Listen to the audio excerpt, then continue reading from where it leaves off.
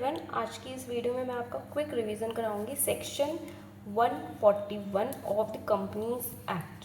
ठीक है, सेक्शन 141 क्या चीज़ के बारे में बात करता है? Talks about eligibility, qualifications and disqualifications of an auditor. अगर आपको किसी कंपनी के ऑडिटर बनना है तो क्या क्या आपके अंदर क्वालिफिकेशंस होना चाहिए, क्या क्या आपका क्वालिफिकेशंस होना चाहिए, क्या क्या क्या चीज़ आपके अंदर होगा तो आप एलिजिबल होगे, हमको वो देखना है। सबसे पहले एक CA in practice he chartered accountant in practice he auditor बन सकता है किसी भी कंपनी का।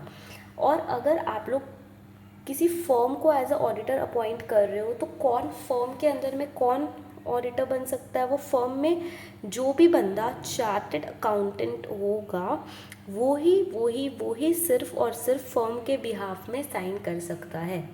ठीक है, नेक्स्ट डिसक्वालिफिकेशंस। दैट मीन्स अगर आप लोग ये सब कुछ कर देते हो तो आप लोग किसी कंपनी के ऑडिटर नहीं बन सकते हो। द फर्स्ट वन इज़ अगर कोई बॉडी कॉर्पोरेट है अदर देन एलएलपी के अलावा, क्योंकि हमने देखा ना फर्म जो है वो बन सकती है ऑडिटर, फर्म में एलएलपी भी इंक्लूड होता है।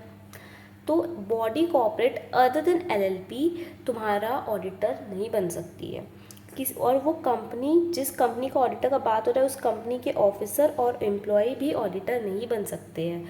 उस कंपनी का कोई पार्टनर या फिर जो एम्प्लॉयमेंट में है ऑफिसर या एम्प्लॉय के, वो भी ऑडिटर नहीं बन सकता है। ठीक है, next a person who himself or his partner is holding any security of interest in the company।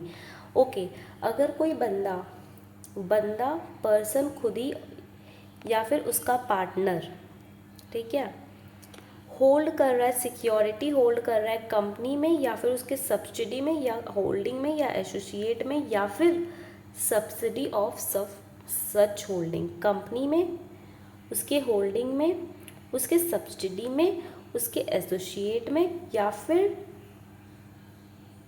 Subsidy of such holding, इसका भी कोई अदर सब्सिडी है तो उसमें भी अगर आप लोग होल्ड कर रहे हो सिक्योरिटी तो आप लोग ऑडिटर नहीं बन सकते हो उस पर्टिकुलर कंपनी के। ठीक है, पर्सन जिसका रिलेटिव होल्ड कर रहा है security more than 1,00,000 rupees of the face value का अमाउंट है ये 1,00,000। ठीक है, आपको क्वेश्चन में कंफ्यूज कर सकता है कि मार्केट वैल्यू है, मिस्टर ए वो कंपनी का ऑडिटर बनना चाहता है, उसकी वाइफ के पास market value of the shares, उसकी वाइफ शेयर का मार्केट वैल्यू है 2,00,000 लेकिन फेस वैल्यू है 1,00,000, उसकी वाइफ होल्ड करती है। तो आप लोग कंफ्यूज मत होना, फेस वैल्यू की तरफ ध्यान देना कि अगर फेस वैल्यू 1,00,000 से ज़्यादा है तो आप लोग ऑडिटर नहीं बन सकते हो। लेकिन आप लोग के पास 6 मंथ और 60 डेज है, लेकिन रिलेटिव होल्ड कर सकता है 1,00,000 तक अगर आप लोग चाहो। If a relative of one of the partner hold करता है security shall not be eligible to be an auditor of the company. लेकिन आपके पास 60 डेज का टाइम है, 60 दिन के अंदर अंदर वो आप लोग 1,00,000, मान लो 1,10,000 होल्ड करती है मिस्टर ए की वाइफ, तो मिस्टर ए के पास 60 डेज का टाइम है कि वो उसका 1,00,000 तक ला सकता है limit, and then he can be auditor of that company. उसके बाद वो पर्सन खुद या फिर उसका पार्टनर या फिर रिलेटिव इंडेटेड है कंपनी को या उसके होल्डिंग को या सब्सिडी को, एसोसिएट को या सब्सिडी ऑफ सच होल्डिंग को in excess of 5,00,000। Next, person खुद या उसका पार्टनर या उसका रिलेटिव गारंटी दिया गया है इन एक्सेस ऑफ 1,00,000 रुपीज़।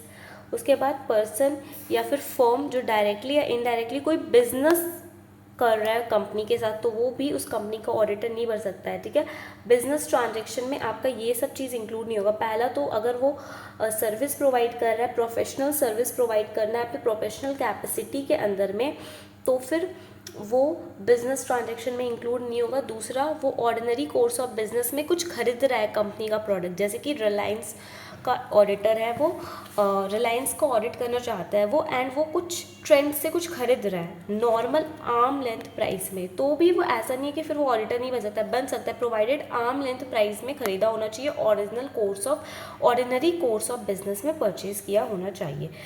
और ऐसा बंदा जिसका रिलेटिव है उस कंपनी में डायरेक्टर, ऐसा बंदा जिसका रिलेटिव उस कंपनी में डायरेक्टर है या फिर एम्प्लॉयमेंट में है, केएमपी है, तो वो नहीं बन सकता है उस कंपनी का ऑडिटर। अगर वो बंदा कोई भी जगह फुल टाइम एम्प्लॉयमेंट में है तो भी वो नहीं बन सकता है उस कंपनी का ऑडिटर। नेक्स्ट, अगर पर्सन और partner of a firm hold कर रहा है, मान लो ऐसा आपको पता है ना कि 20 कंपनीज़ का लिमिट होता है, एक बार में एक ऑडिटर जो है 20 कंपनीज़ का ही ऑडिट को ले सकता है। अगर वो लिमिट उसका पूरा हो गया है, अगर 20 कंपनी का लिमिट ऑडिटर का पूरा हो गया है तो भी वो कोई अदर कंपनी का ऑडिट नहीं ले सकता है। ठीक है, देखो सीलिंग लिमिट 20, लेकिन ये सीलिंग लिमिट 20 तुम्हारा ओपीसी में काउंट नहीं होगा, ओपीसी ये 20 का लिमिट में काउंट नहीं होगा, स्मॉल कंपनी काउंट नहीं होगा, प्राइवेट स्टार्टअप्स काउंट नहीं होगा, प्राइवेट कंपनी जिसका paid up share capital 100 CR से कम है वो काउंट नहीं होगा ये 20 का लिमिट में। मैं इतना जल्दी जल्दी इसलिए कर रही हूँ क्योंकि ये एक क्विक रिवीजन वीडियो है गाइस, आई होप आपको समझ आ रहा होगा। ये एग्जाम्पल बहुत अच्छा है, प्लीज़ गो फॉर इट।